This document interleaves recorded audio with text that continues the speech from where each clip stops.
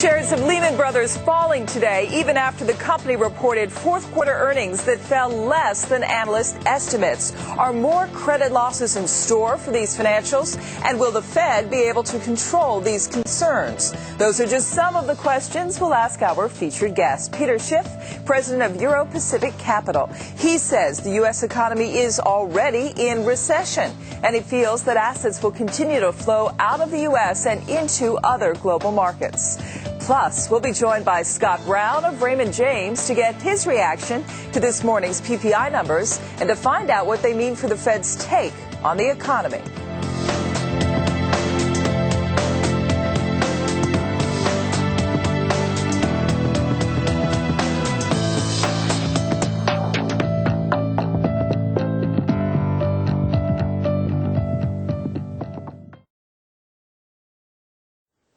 Joining us now is our featured guest, Peter Schiff, president of Euro-Pacific Capital. It's great to have you with us for the next hour, Peter. Great. Great to be here. One of the more interesting stories we had today involved a company, Dow Chemical, another Dow, right. That is basically getting some money from a Kuwaiti firm, and there's going to be a joint plastics venture, another sign of a large investment coming overseas to U.S. firms. This probably doesn't surprise you based on what you've seen. No, not at all. But I don't look at it as foreigners making investments in America. I look at it as foreigners buying up America. Dow Chemical is going to be transferring significant assets into this joint venture, and these assets are now going to pass into Kuwaiti control or ownership, assets that used to be owned by Americans. And unfortunately, this is the byproduct or the consequence of our living beyond our means. We've borrowed all this money. We're exporting dollars to pay for the oil that we import. The Kuwaitis earned all this money selling us oil, and now they're using the money they've earned to buy our assets. Could you argue this is just a manifestation of globalization? No, I mean, this is impoverishment of a nation. We're selling off our cows and our chickens, to buy milk. I mean, we're mortgaging the farm, and foreigners are repossessing these assets. And, this is how nations bankrupt themselves. We're selling off productive, income-producing assets to enjoy current consumption. What if you would hear from the companies, we've got to maintain value for our shareholders. We want to make sure we're delivering on that front, and this is the way we have to do it. Well, unfortunately, I mean, all the capital investment now is abroad because we're sending it there. We're living beyond our means. We wouldn't have to do this if we were able to pay for our imports with exports, if we were saving and not just spending everything, and we had a more productive economy. This wouldn't be happening. Americans would be using their international income to buy investments overseas. We would be buying up foreign assets instead of the reverse. Do you think what we've been reporting on lately, whether it's this story today, the Kuwait venture, or Abu Dhabi, when we look at what happened with the banks, is this not really the exception to the rule? This will now be the rule? Oh, this is going to continue, and I think it's going to get worse. And I think before it's over, I think foreigners are going to own the majority of the Dow Jones 30. Who knows? And a good chunk of the S&P 500. These assets are all going to pass from American hands to foreign hands, and this is, the result of what we've done, and it's an indication of a nation in decline and our falling standard of living. All right, you have set the stage for what's going to be an interesting hour of conversation, Peter. We'll be talking in just a few moments. We've got to take care of some business. Has ticked up a little bit as well, Ron, and that brings me to my question for our guest. How can investors really play the volatility? What's going to end it, or can they buy into it in any respect? Well, I don't think it's going to end. I think it's just getting started, and I think there's a lot of downside risk in the market. I mean, if you want to trade that market, you can, but I think if you're an investor, you need to use any rally to get out. If you're still, holding U.S. assets, U.S. stocks, you need to sell. The market's going a lot lower. There's no end in sight to this credit problem. In fact, it's going to get a lot worse, not only in the real estate market, but it's going to spread into the credit card lending, into auto lending, and all facets of consumer borrowing. We're headed into a very severe recession, and, stocks are going to go lower. Earnings are going to be under pressure. Ultimately, interest rates are going to start to rise substantially, not just corporate borrowing rates, but the rates on Treasury bonds, and it's going to undermine the market, undermine the U.S. economy. So people just need to get out. The market's going down. Peter, let me ask you, when you look at what's happening with the market here, how concerned are you about exactly the extent of the losses for the market? For instance, you say that we're going to have a severe recession. Is it going to last long? Are we looking at corporations unable to produce single-digit profits, even that? Yeah, well, I think the losses are going to be enormous. I mean, the problem is that American corporations have earned a lot of money selling products to Americans who can't afford them. Americans have borrowed the money to buy these products, and we have trillions of dollars of debt, and the American public can't possibly pay it back. What about those companies, though, that do a significant portion of business overseas? Why would they sell? Well, I mean, those companies are still going to do well on their international earnings, particularly as the dollar declines in the short run. That's going to give an added boost to their earnings overseas. But their earnings here domestically are going to be diminished. And, you know, I don't necessarily think that the gains abroad are going to fully offset their losses here at home.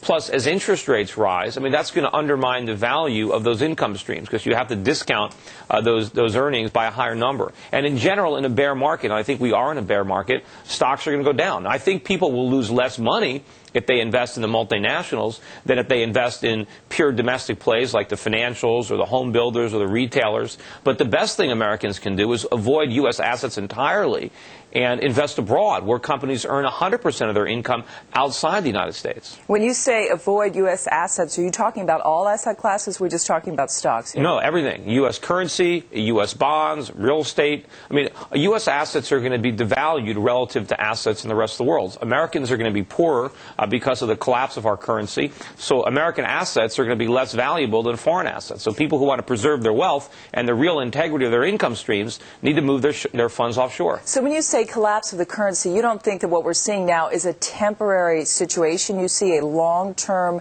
ramification to the dollar? Let's say if we have a recession, that even if the recession ends, the story's not going to change. No, I mean, the weakening dollar is the consequence of our irresponsible monetary and fiscal policies. You know, we haven't been saving. We've been borrowing trillions of dollars from the rest of the world to consume. We run enormous current account trade deficits. The government runs budget deficits. And meanwhile, our industrial base has disintegrated. And we're in trouble. And as a result, our standard of living is going to diminish, and our currency is going to go down. And the rest of the world that has been propping us up, that has been lending us all this money to consume, they're going to see a rise in their standard of living, particularly throughout Asia. You know, the problem is, you know, you've got all these people in countries like China producing all sorts of products that they're not able to enjoy. Instead, they ship them to us, and we get them. That's all going to change. They're going to keep their products, and we're going to be stuck with our valueless currency. All right. You have very some strong opinions there, Peter. We're going to explore some of those issues a little bit later in the show. The credit markets, we think, are getting worse, not better. There's still an enormous amount of inventory that needs to be worked out. I think there are some good credits coming to the market that have been pretty well structured. That may open some things up if the market's willing to accept the quality of those credits. That was Scott Sperling, president of private equity firm Thomas H. Lee, saying that he expects credit issues, as you heard, are going to get worse, not better. We're back with Peter Schiff, president of Euro-Pacific Capital. You've got a similar view, Peter, that we're not seeing the light at the end of the tunnel. You actually talked about credit in your book, too. Right. I know I wrote a book. It came out in February this year called Crash Proof, How to Profit from the Coming Economic Collapse. And in that book, I pretty much laid out the entire unraveling of the real estate bubble as we've so far experienced it. And there's a lot of other predictions. But I also wrote extensively about the problems related to consumer credit, which, you know, is really like a cancer in a free market economy. I mean, the worst use of credit is for consumption. I mean, credit comes into existence based on savings, and savings are scarce. And really what you want to do with savings is that you want that to be loaned out to businesses, to entrepreneurs, to invest in capital formation, which can raise living standards. You don't want people to borrow money to just go out and spend it to buy a television set or to remodel their kitchen. And the real danger, too, of those type of loans is they're hard to repay. When a businessman borrows money and invests in a factory or, you know, capital equipment, that investment produces an income stream which is sufficient to repay the borrowed money.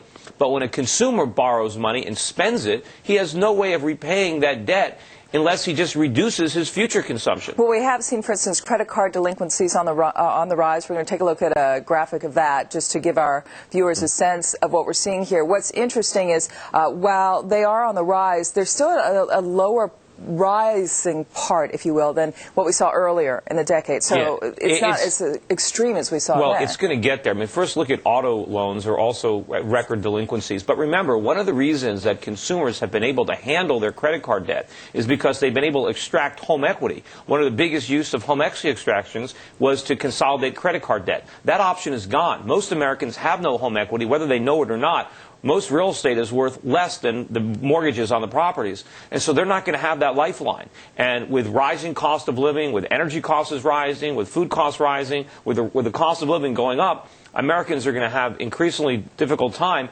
paying their credit cards, and I think we're going to see a huge crisis. I think one of the big stories next year is going to be the blow-up in credit card finance, and I think you're going to see foreign lenders backing away from credit card securitized bonds, and I think you're going to see credit limits slashed. I think Americans are going to see get letters from their credit card companies saying that their limit has been dramatically reduced, and then Americans are not going to be able to buy things using credit cards anymore. They're going to be maxed out. Interesting prediction. You know, we have seen, when we were talking about housing a little bit there, we have seen delinquencies there, of course, rise as well. We've been following that part of the story rather closely. But the question for you on the credit side of things, listen, if these companies are still making money, why would they take some of those steps? Because they're going to start seeing losses. They're not going to be able to package those loans, if you will. Sure. And also, you know, the signals, the messages that we're now sending to the lenders with the mortgage crisis, with the bailout plan that, you know, Bush announced and Paulson, where we want to freeze payments on these loans. We want to try to further reduce the value of these securities, and we want to vilify the lenders and threaten the lenders by trying to hold them responsible for reckless borrowing. That's sending a chilling effect around the world for people not wanting to lend money to us anymore. But, of course, we did see the Fed come in yesterday with its plan. I just have some headlines on the Fed on our Bloomberg terminal I want to pass along. Fed to redeem $15 billion in Treasury bills to add flexibility. The Fed is redeeming maturing Treasury bills on December 20th. So, again, the Fed is trying to pump that liquidity in the system.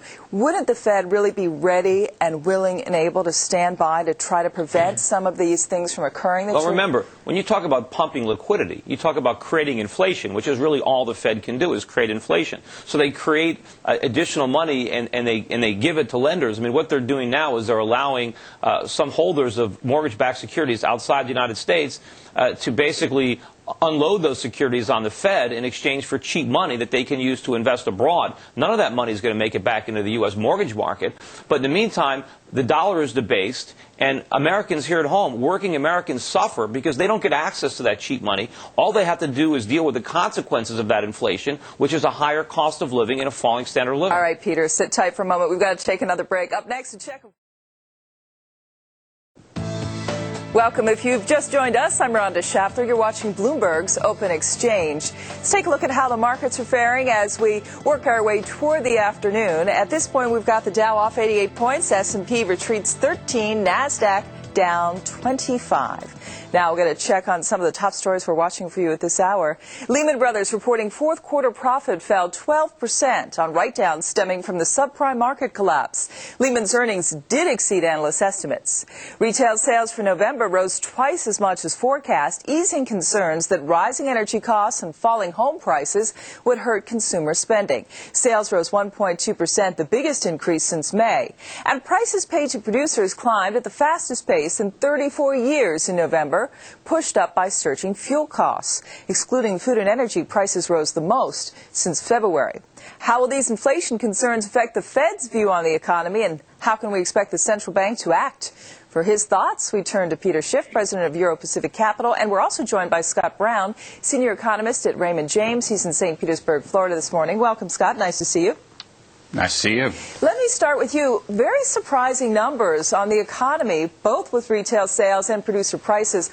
On the producer pricing side, is the Fed underestimating the inflation threat? I don't think so. I think the Fed's clear focus is on inflation, but they're also worried about the credit markets, and the implication there is that growth will slow down into the early part of next year, and that should help keep inflationary pressures at bay.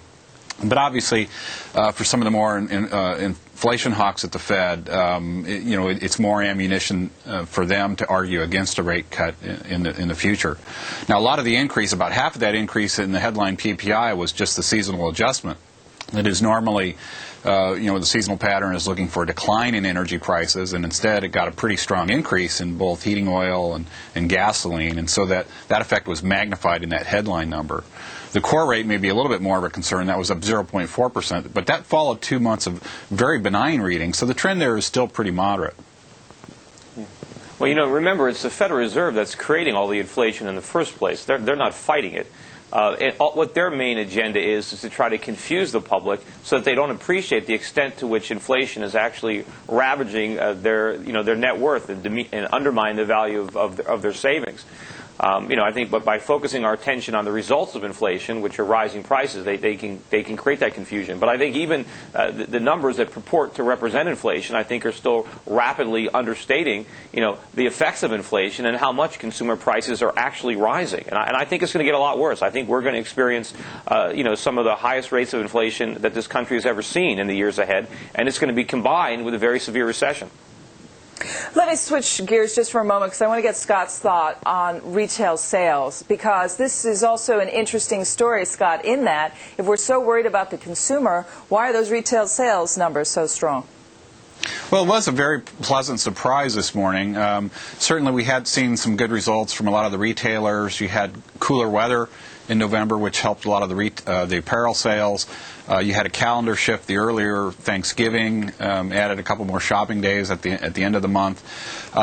If you look at the Commerce Department numbers, they tend to be a bit erratic. I mean, you'll see some very strong months followed by some soft months, and it makes it very difficult to sort of gauge the underlying trend. But on balance, if you combine this one with the last couple previous months, it looks like the consumers are still out there spending money, and that's a pretty good sign at this point. Well, there's nothing good about consumers going deeper into debt to buy more foreign products. Our trade deficit, we came out yesterday, $57 billion. I mean, close to a record high.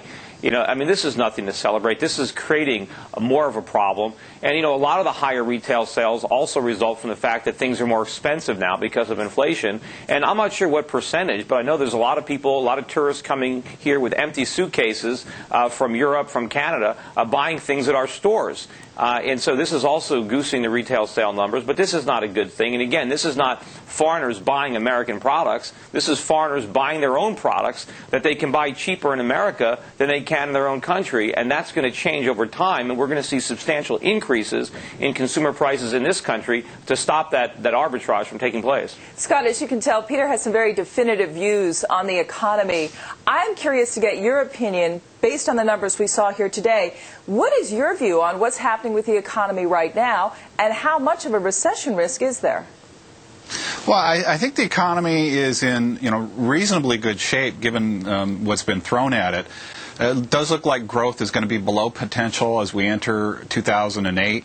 And there are important downside risks to the outlook. The housing correction could be a lot worse. The tightening in the credit markets could become worse. You could see a further increase in oil prices. But I do think the Federal Reserve and other central banks have been right on top of this. We saw an effort yesterday to provide liquidity to a lot of these banks that have been reluctant to borrow from each other or lend to each other. I still think there's a lot of hope. I don't expect a recession next year. I think the economy is likely to skirt it. But for the most part, it's a question of semantics. I mean, for many people, it's going to feel like a recession. Yeah, I couldn't disagree more. I think the economy is a disaster, and I think we actually are in a recession. The only reason that we can't tell is because we're using government numbers. I think, the last GDP report, the government assumed that annualized inflation was less than 1% a year. That's just ridiculous. I mean, it's much closer to 10% than 1%. Where do you get that figure from? I'm sorry to jump in. Which figure? Closer to 10%. Well, if you can look at these shadow government statistics, the government changed in the late 1990s. They changed the way they calculate inflation. They introduced hedonics, they introduced geometric weighting, substitution, all sorts of things designed to make the numbers lower. If we were still measuring inflation the way we did in the 70s and 80s, it would be around 10% a year right now. So we don't have a growing economy. We already have a contracting economy, and it's going to get a lot worse. And I think by next year, even the government's phony numbers are going to show that we have a recession, but it's going to be far more severe than what those numbers show. Scott, I would assume you don't agree on the numbers side of things. No, I think certainly the inflation numbers aren't perfect, but they are what they are, and that is, the focus for the Fed is clearly on the underlying trends in consumer price inflation. Obviously, the inflationary experience is going to depend, significantly from individual to individual. But I don't think inflation overall is real at 10%. I think that's vastly overstated. Obviously, the energy price pressures are going to be felt, and there's some fear that could end up getting passed through into a wide variety of consumer goods and services. And I think the important thing to watch and what the Fed's focusing on is inflation expectations, because once people do expect inflation to pick up, then it becomes self-fulfilling. Scott Brown, senior economist, Raymond James, thanks for joining us in this conversation. Appreciate it. Dollar's rebounded from its recent lows over the last few weeks. We're going to look at what's next for the dollar. Stay with us. We're back with Peter Schiff, president of Euro Pacific Capital.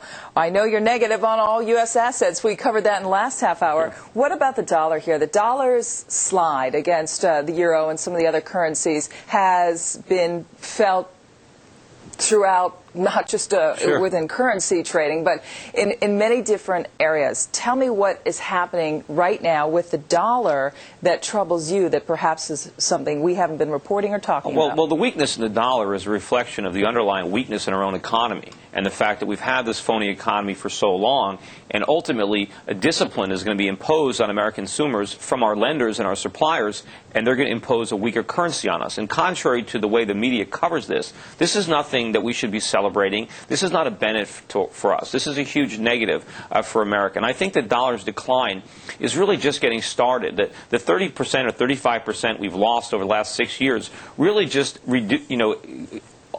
offset the increase in the dollar's value that the dollar enjoyed from 1995 to 2000 as foreigners wanted dollars to participate in our technology bubble and the internet stocks and all that. But I think once the dollar index, which is an index a lot of people look at, really broke through 80, I think this shows a new leg down in the bear market for the dollar. And I expect over the next 2 to 3 years the dollar index to really be cut in half from that 80 level, which would put it down around 40. Yeah, and that's a substantial loss of wealth for Americans, a reduction in our standard of living. And I think the major risk is that the dollar's decline is far worse than that.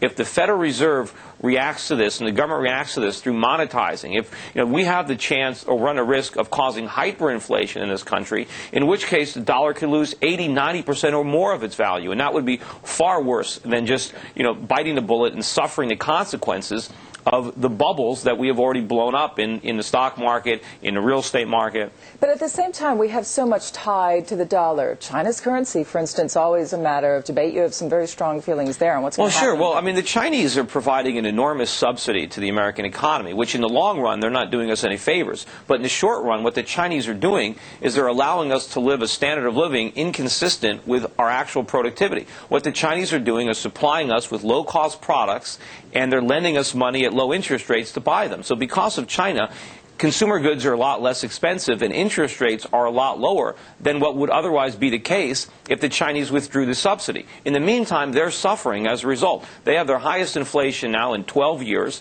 and Chinese consumers, who are far more productive than American workers, are having to do without products that Americans are getting for nothing. Well, I just want to jump in here because I know that if you're listening to what you have to say, at this point you're thinking, where am I going to put my money? I mean, there's got to be something. And there is a positive to the global story. You do like some global markets. You do think that's where we should be investing. Sure. So I want to touch on that just a little bit. I think what everybody is missing out, people look at the United States and they think we're the engine of the global economy. We're not. We're actually dead weight that the global economy is dragging along because we're just consuming and not producing and borrowing and not saving. And so we're not adding to the global economy. They don't enjoy our consumption. They're penalized. They have to subsidize it. And I think when the world allows the dollar to collapse, the opposite is other currencies rise. And the purchasing power that Americans lose doesn't evaporate from the planet. It just is transferred to other individuals. And so all the factories around the world that are producing products, they're still going to produce them. The difference is going to be who consumes them. It's not going to be Americans who are now poor. It's going to be wealthier foreigners who can do that. And once the world stops squandering their savings and lending them to Americans who basically blow the money on consumption, there'll be a lot more money to invest in entrepreneurial enterprises, in capital formation, in businesses. And I think the world's standard of living will rise much faster when they reclaim their savings for more productive uses. I think, in fact, we can take a look. We've got a chart of net foreign transactions into the U.S. economy, which might be interesting to look at because for you it sort of drives home the thought here that we're continuing to see this influx of cash. Unfortunately, we can't bring that up right now, but the story that you're telling us is that you want to see a little bit of reversal there. You want to see the U.S. be doing what these foreign supporters do. Unfortunately, too, the money that we're borrowing, we're not making productive use of that money. In the 1900s, 1800s, America borrowed a lot of money from Europe, but we took that money and we invested it. We built factories, we built infrastructure. All sorts of things. Right, and that enabled us to repay these loans, and we became the world's wealthiest economy because we had a free, low-tax, low-regulation economy with high savings, and we invested. But now it's the opposite. We're borrowing money from the rest of the world and spending it. We have no assets to show for it. I know that you have a problem with the savings rate. We'll touch on that a little bit later after the break because I'm going to ask you at this point, why bother saving if there's hard to get any sort of return on your money? So think about that. We'll tackle that. Sure. We've got to take a quick break. We're back with Peter Schiff, president of Euro Pacific Capital, wrote the book Crash Proof. Peter, I said I had a question for you. That is, you're worried about the savings rate. We're going to show our viewers what that savings rate looks like. How are you supposed to save money based on what's happening in the markets right now? Well, of course, we need desperately to dramatically increase our savings. But by definition, we can't save more unless we spend less. And, of course, that would mean a recession, which is something this economy desperately needs. We need to get back to a normal, healthy economy. We can't get from where we are, a borrow and spend economy to a saving, producing economy without going through a recession. But the government doesn't want that because during a recession, the incumbent politicians might not be returned to office. So, unfortunately, the Federal Reserve pursues policies that encourage even more borrowing and punish people who save. And this is why what they're doing is going to lead to disaster because it doesn't make any sense. And unfortunately, I have to encourage all of my clients at Euro Pacific Capital who are saving to save in other countries, to save in Asia, to save in Europe. And so unfortunately, those savings do nothing to benefit the United States because we're making our capital available to foreigners. I would much rather encourage my clients to invest at home, but unfortunately, because of our government policies, I can't do that because they'll lose wealth. Aren't you worried, though, that if the U.S. economy is in a recession now or about to be in a recession and is in there for a while, that you are going to see an impact on some of those other economies, whether it's Asia or elsewhere? Are you saying that there'll be enough to make up for the difference? There will be an impact, but in general, it will be a positive impact, not a negative impact. There might be a negative impact on certain companies, but I think in general, the world is going to benefit from no longer having to bear this burden of American consumers recklessly borrowing and spending. It's going to mean a lot more consumer goods and a lot more capital for the rest of the world when we stop consuming so much of it. What should we start producing? Let me ask you that. Well, if we get back to producing, do we have a strong enough manufacturing base to do that? Unfortunately, no. Unfortunately, it's disintegrated, and it's not going to be easy to rebuild it. This is a terrible disaster, what's happened to this country. We have squandered our wealth on consumption, and we've allowed industries that we created and developed to basically be exported to the rest of the world in exchange for some temporary gratification so that we can consume things. But we've done this to ourselves, but... Let's talk about the Treasury market a little bit and who's consuming that, because we actually saw some interesting flow data coming out in the Treasury market. We're going to take a look at a graphic we have of that, basically of foreign inflows into U.S. Treasuries. And what we saw here was that outflow in August and September. This is when we started to first report that this subprime story was really unfolding. When you saw that happen, all right, were you concerned that, listen, we're now seeing some of these people make a run for holding American assets and American treasuries? They're not going to come back? No, eventually they have to do that. They're already taking a huge hit on the foreign exchange losses. But I also think what's going to cause foreign holders of our debt to be increasingly concerned is when they look at the way we're handling this subprime problem and the way we're trying to basically vilify and blame the lenders and try to help out the borrowers at the expense of the lenders. I think that's going to raise a lot of eyebrows, and people are going to start to think, wait a minute, we own a lot of short-term U.S. government bonds. what's going to happen when interest rates really start to rise, and making interest payments on this debt really becomes a burden on the American economy, the American taxpayer. What is the government going to do? Are they going to default on these bonds? Are they going to change the terms? Are they going to turn these, one-year Treasury bills into 30-year Treasury bonds? I think people are going to get worried that rather than making sacrifices here, we're going to try to impose those sacrifices on the people who have been lending us the money. We got take another quick break, Peter. We'll continue our conversation in just a moment. We'll get some final thoughts from our featured guest, Peter Schiff, president of Euro Pacific Capital. You're watching Bloomberg's Open Exchange, 51 minutes past the hour now.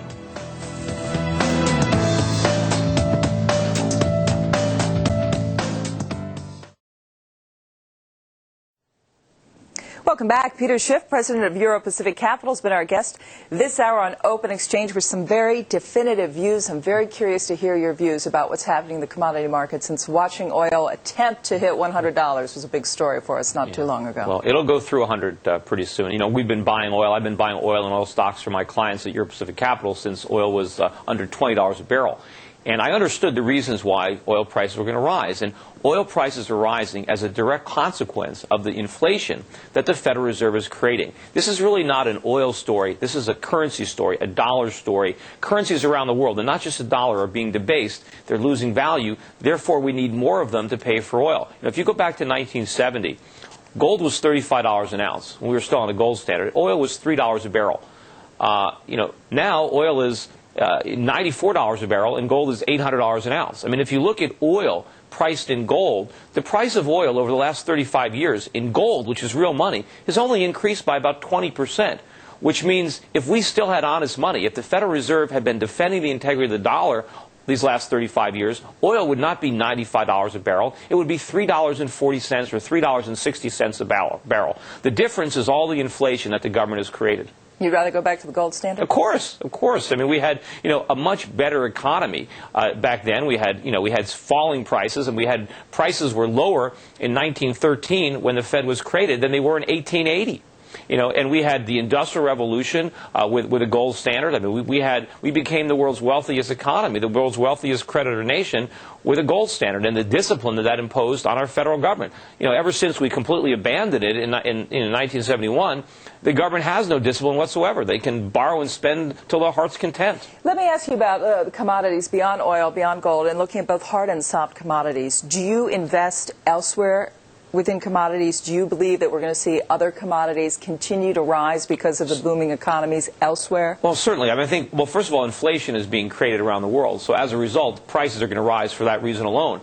But one of the reasons I'm so bullish on commodities, I think once the Asian economies, particularly the Chinese, allow the dollar to collapse, and they start focusing more of their efforts in production on their own consumers and satisfying their desires and their needs, I think the composition of their production is going to change, and I think it's going to be a lot more resource intensive. And so I think the Chinese are going to use a lot more aluminum, tin, steel, energy, producing stuff for themselves than producing stuff for us. And so I'm very bullish on those commodities, and I do think that over the last decade or two, I don't think the world has invested enough in capacity, in exploration and development of these resources. With oil, obviously. I mean, that's part of the story here. Mm-hmm. Oh, certainly. And that's also one of the reasons we haven't, we've spent too much of our resources investing in telecommunications and technology. We forgot about these basic other goods that we need. And so I think they're going to be in short supply, and I think they're going to continue to be good investments for people who are in that sector. All right. You still have your win buttons at home? You might have to dust those out. Well, they didn't work before, and they're not going to work now. Inflation is not a function of psychology. It's not created by businessmen or consumers. It's created by the government. It's created by the Federal Reserve,